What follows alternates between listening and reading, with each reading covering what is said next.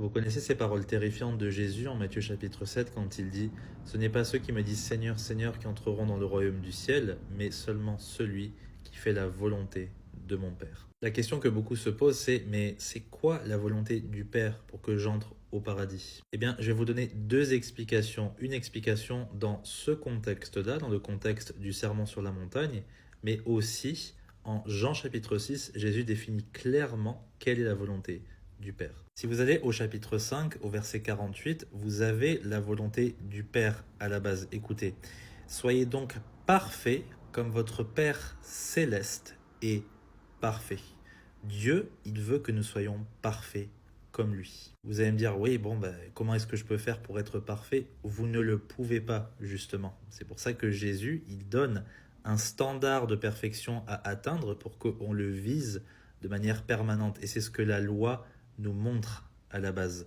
la parfaite justice de Dieu que personne ne peut atteindre. Vous avez même l'apôtre Pierre qui dira dans sa première épître « Soyez saints comme je suis saint » en citant les paroles de Dieu. Or, le constat biblique, c'est quoi? C'est que tous ont péché et ne peuvent atteindre la gloire de Dieu. Il n'y a de bon que Dieu seul. Et il n'y en a qu'un seul qui est parfait comme le Père céleste et qui a gardé parfaitement toute la loi, c'est Jésus-Christ. Donc personne ne peut être sauvé en étant parfait puisque personne ne peut y arriver. Ça n'empêche pas Jésus de nous montrer la voie de la perfection que lui seul est capable d'atteindre. Et tous les faux prophètes qu'il est en train de condamner en Matthieu chapitre 7 ne sont pas capables d'être parfaits comme le Père céleste. Et ils se vantent de leurs œuvres. C'est pour ça que Jésus les chassera du royaume. Mais du coup, vu que personne n'est capable d'être parfait comme le Père céleste et donc de faire sa volonté pour aller au paradis, qu'est-ce que nous pouvons faire? C'est quoi la volonté du Père, du coup, pour nous?